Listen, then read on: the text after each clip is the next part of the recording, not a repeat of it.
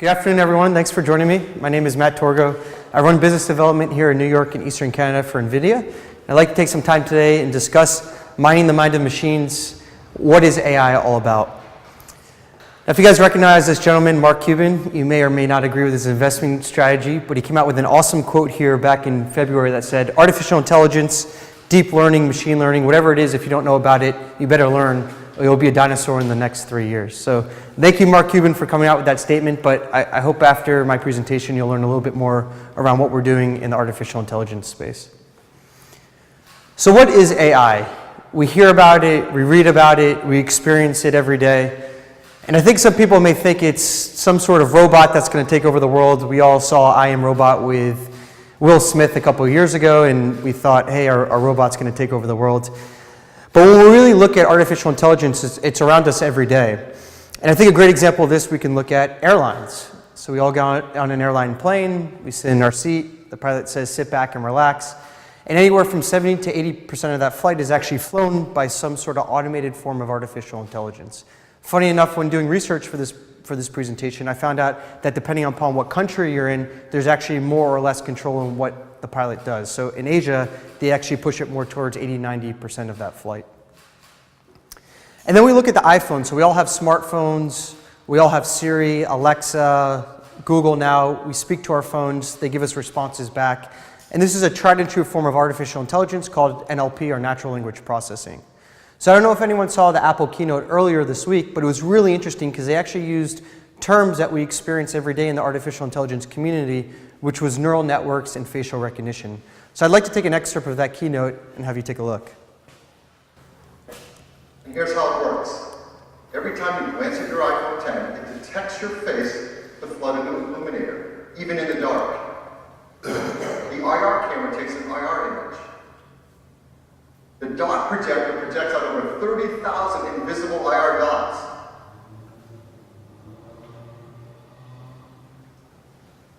We use the IR image and the dot pattern and we push them through neural networks to create a mathematical model of your face. And then we check that mathematical model against the one that we stored that we set up earlier to see if it's a match and unlock your phone. And this all happens in real time. It all happens invisibly. You don't see these things going off. It's incredible. It just all works and all happens. To create Face ID, we work with thousands of people around the world. The team took over 1 billion images. And with that, they developed multiple neural networks to create Face ID. So we'll talk about this a little more in detail around facial recognition and training and inferencing. But it was really, really interesting to see Apple get on stage to the masses and actually talk about neural networks, which is the deepest and most advanced form of artificial intelligence today. So we get back to what is AI. The actual definition is a capability of a machine to imitate human behavior. And what's really interesting is AI is actually not new. When we look at artificial intelligence, it's been around actually since the 1950s, where we look at chess and some of these kind of humans and machine applications. But now more pervasively, we're seeing machine learning, which is humans train. And now the deeper form of this, which is deep learning, which is software writing software, and very apparent to what Apple had released on stage with their deep neural networks and their facial recognition. And the goal between all of this is identifying patterns within that data. So our CEO, Jensen, gave a great presentation 2 years ago at our GTC, which is our GPU Technology Conference, and he discussed really the big bang of AI, which happened in 2012. And this was the idea of taking these algorithms, or what we also call deep neural networks, and accelerating them on GPUs. And really where we saw the infancy of this start was in academia, the MITs of the world, the Harvards, etc. We then saw many of the other providers come out with this. So this is the Googles, the Facebooks, the Baidus of the world, and they actually created these frameworks such as TensorFlow, Caffe, Torch, which I'll discuss a little bit more in detail. And then we also see then a large startup community such as Amazon, Google, a large platform company such as IBM, Watson, AWS had actually built these as-a-service machine learning platforms. And then a full deep learning community. So many of them that NVIDIA is working directly with. There's actually a few located here in New York, such as Clarify. And this is the idea that they're taking these frameworks and making them extremely easy for people to use. And then all the way on that further scale, which is most interesting, is actually enterprise companies, some of them which you may not think, which are now adopting these technologies, whether they be for self-driving cars, the way that they interact with customers, or the ability to remain more competitive in the marketplace. So why now? So it's been around since the 1950s. We saw this big bang in 2012. Why is now the time that we truly think AI is here for the long term? When we look at this, we look at really three key drivers, which was addressed in a Wired magazine that said finally the three true breakthroughs that released AI. And the first one is big data. So as Apple mentioned in their keynote, over 1 billion images they had to train to understand what a face looks like through their IR sensors and their dot cameras. But also we look at Facebook, the number of images that we upload, YouTube, the number of videos that we share amongst our friends and family, or even Walmart and the 2.5 petabytes of data they have around our purchasing history, or even the SKUs that they have on their shelf. The next big bang breakthrough is the algorithms. And what I mean by this is the algorithms that Amazon, Google, and some of the others have brought to market are fairly new and mature enough to where you can now provide them with data and get insights back. So some of the examples that I shared up here are TensorFlow, MXNet, and Caffe. One is brought to you by Amazon, one Microsoft, and one Facebook. And the last one, and why we think NVIDIA has such a key part to this whole driver to AI, is the GPU, or really the parallel processing. So I have an example of our latest GPU, which is our Volta GPU, where we actually built in something called tensor cores that allows you to compute those algorithms at a speed that's never been done before. So a new AI approach, and this is where we'll talk a little bit more in detail around machine learning and deep learning. And I think a great example of this is self-driving vehicles. So we all saw that, or many of us may have seen that Tesla video where the gentleman gets into his car, he drives all the way to work, and then the car parks himself. And what's really interesting is all the other auto manufacturers actually saw this video and said, oh my God, we need to come up with a new strategy. So let's take a look at how they did this in the past. And this was a very, very manual process. So we'll start off here with a bunch of images of a car. We'll then actually have an engineer write a lot of code around that car. So what do we see? We see wheels, we see tires, we see headlights, it's red, all the attributes of that. And then from writing that code, we then actually write in what those attributes that we saw. So this is a car. This just does not want to work. We see a car, a coupe, a vehicle, and we can now understand by teaching this computer through command line and through code what exactly it's seeing in that image. We then do it with a bus. We then do it with an emergency vehicle. So in this case, it's an ambulance. And we now see the attributes of what's taking place. So we now take this model and then we look at what did Tesla actually do? How were they able to bring this to market quicker? And they use something called deep learning through image recognition, which has two key factors, which is training and then inferencing. So let's take a look at how they did that. So on the training side, this is the most compute-intensive aspect of deep learning, which is you present billions and trillions of operations, you run them on a GPU or some form of accelerated compute, and through that you train the model at the top, and that model was what I discussed earlier around the TensorFlows, the Caffes, the torches. And through this, we'll take a lot of images, we'll then break down the images to a very minute pixel layer, then build it back up, and through that we're actually able to build what we call a deep neural network. So the neural network analyzes all those images. We see over here it's breaking down to pixels, then to attributes, and then to cars. And then when we break it down and we see those images, we can now actually understand what a car looks like without ever being told what a car is. Then we understand the last aspect of this whole kind of ecosystem, which is the inferencing side. And that's the idea that you take a new piece of data and you present it to the trained model and get an answer back. So in a certain case, you can say with Tesla, we took this model of a car that it's never actually seen before. We break down those images through that neural network, so we understand that's a tire, that's a mirror, that's the emblem of a Tesla. And therefore, the computer, through computer vision, can actually understand what that is. It's a car, it's red, it's moving. We now take that one step further and how Tesla did it, and we look at road signs, we look at people crossing the way, and we start to identify these and build them into that inferencing model that they actually download to the car. So we look at those images and now we can understand this is a line, it's a stop sign to show you, so you can stop. And what we're doing is we're actually training this model through images and not having to write lines of code to say when you enter an intersection and there's a red sign and it's shaped like this, you then need to stop. So because of that, you're able to get something like this a lot quicker rather than some of the other automobile manufacturers that actually haven't brought true self-driving vehicle true self-driving vehicles to market today. So let's take a quick look of a video of actually how Tesla is doing it in real time.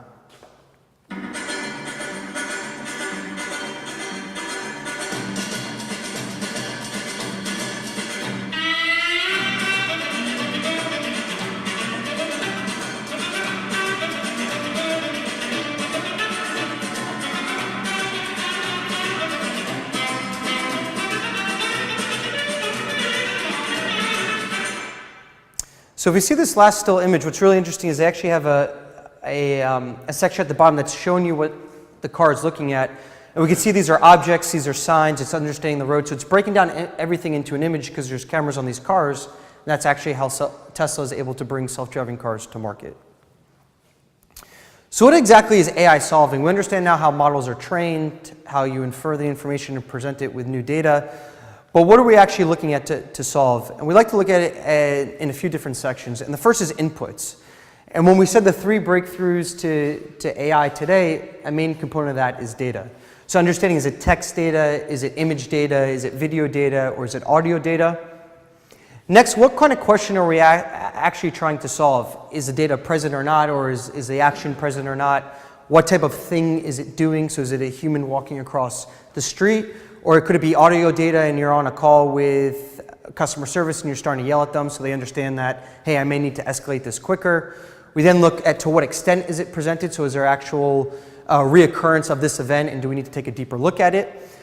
What is the likely outcome? So if we look at a bunch of mortgage data, can we actually determine when someone's going to default before that actually happens?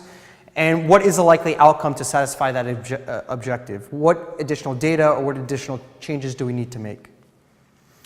We then look at the AI or the deep learning task at hand. Is it detection? So in the self-driving vehicle side, is it stop or go because of a stop sign? Is it classification? Do we see a trend in a certain area that's happening over and over again? Is it segmentation? Is it prediction? Or is it recommendation? And then we look at example outputs. So this could be risk inspection, sentiment analysis, content recommendation, augmented virtual reality, SKU optimization when it comes to the retail space, or cancer detection. And these are just a small subset of all of the use cases for deep learning. And today we're actually going to walk through each one of these and give you real-life examples of how these are being deployed in production. And that's where we get to how do we actually leverage AI. So the first one I want to talk about is risk-based inspection, or RBI. And risk-based inspection is actually the idea of taking excessive data and probability calculation combined with detailed assessment of the consequences of a component failure. And this is done through drones, robots, or other ways of identifying what's actually happening in a certain environment and determine whether or not there could be a failure point. So there's actually an awesome use case that just came out 2 weeks ago through GE and in partnership with NVIDIA. And I'd like to share with you a quick video commercial of what they presented, and then we'll get into a little more detail. Through this commercial, I want you to take a look at the last part where you see how they're interacting with the robots. Molly, can you please take out the trash?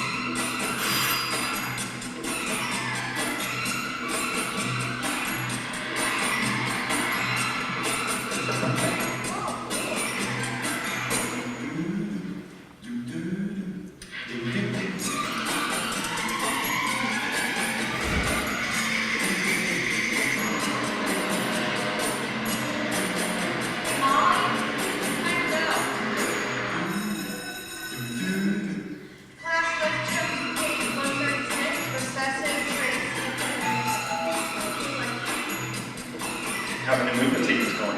Great. Let me show you. Please do. I reprogrammed the robots to do the inspection. It's running much faster now. See? It's amazing, Molly. But that was a really cool video, not just to see all the incredible things that Molly brought to market, but actually what they're doing in that jet propulsion area. So let's take a quick look at what actually they were showing there. And the first part is intelligent inspection services. And we look at RBI, they actually want the ability to leverage camera and computer vision to understand, in that example, whether or not the jet turbine has an issue with it and whether or not they need to bring it into maintenance. Then what GE is actually doing is leveraging a deep learning model to understand through photos what is a scenario where they actually need to do maintenance and an area where the jet engine is just all right. And then NVIDIA, where we take place, they actually take those models and all that data and they compute it extremely quickly in a way that they can see results much faster than what they were able to do before.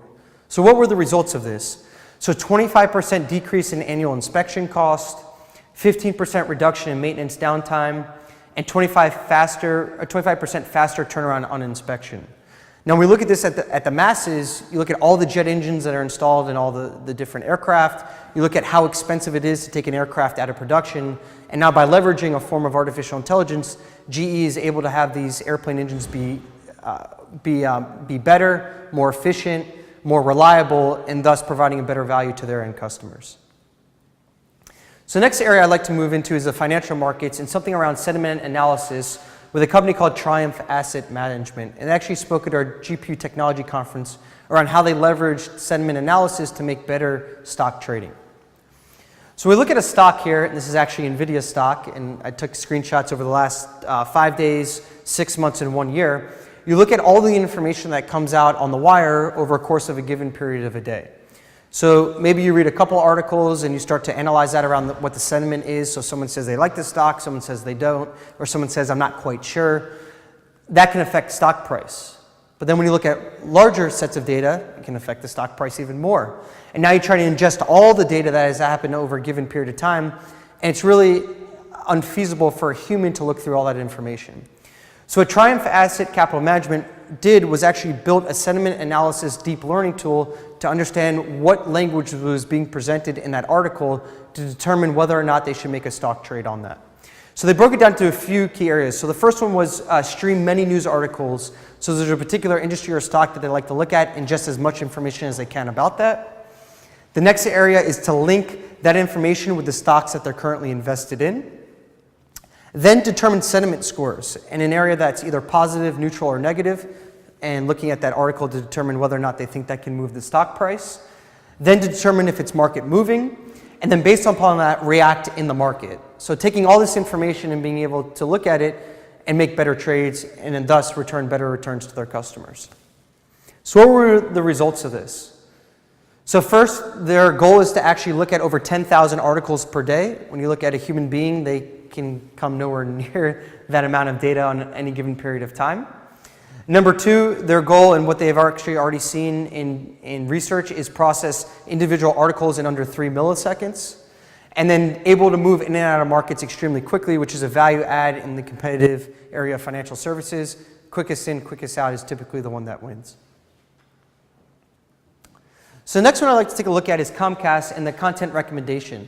Now what I'm going to share with you is something that's on their X1 Xfinity platform when you speak into your remote. But I think we can all look at content recommendation, whether we shop on Amazon and you buy 3 products and they present you a new one, or you get a new set of coupons in your inbox and you're trying to understand actually why they sent that to you and how unique it was to your buying habits. And I think this will give you a good indication of that. So if any one of you are Comcast users, like I said, they came out with something called an X1 Remote. It actually has a nice little microphone on there and you speak into it. And you can do something as easy as turn on ESPN or command, what should I watch right now, which is very interesting and very unique to the individual client. So let's take a look at how Comcast actually does that. So the first thing is they take that audio and convert it into something called NLP or ASR, which is automatic speech recognition. They then leverage something called NLP Modules, and like I said, NLP is natural language processing, so understanding through deep learning what is being said or read. And then they look at their recommendation system, and they take in all these key attributes. So whether it be favorite channels, favorite programs, content descriptions, and over a period of time of how you've interacted with Comcast, they actually can get a really great idea of what would be important to you and how they keep you engaged in the content so that you don't maybe go to your phone or change a channel or use some other form of media. They then integrate that process into the set-top box, and through that they can give you a recommendation of maybe movies or content that would be very important or interesting to you. So the next example I'd like to share with you is a company called Environment, which is part of Verizon Labs. And this is the idea of integrating AI into Augment and virtual reality. So there's a quick video here. I hope you enjoy it, and I think it's really, really interesting.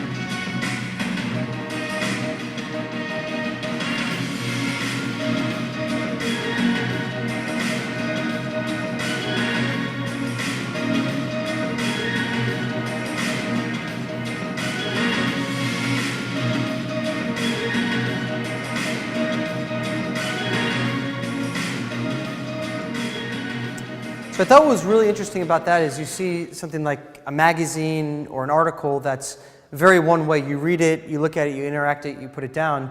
You now take some sort of smart device, you overlay it, it analyzes what you're looking at, and now it presents you dynamic content that keeps you more engaged. We saw an example of where they may have recommended some products you can buy.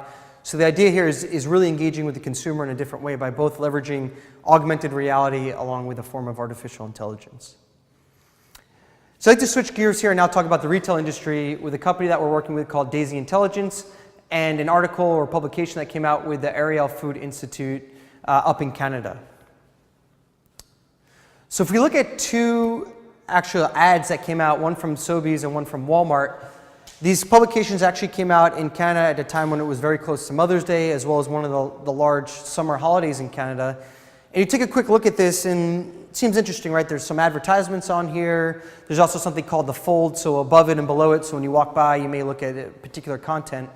But when you look at what's presented to you and you break it down, it's extremely interesting to see how they're actually presenting to you ads.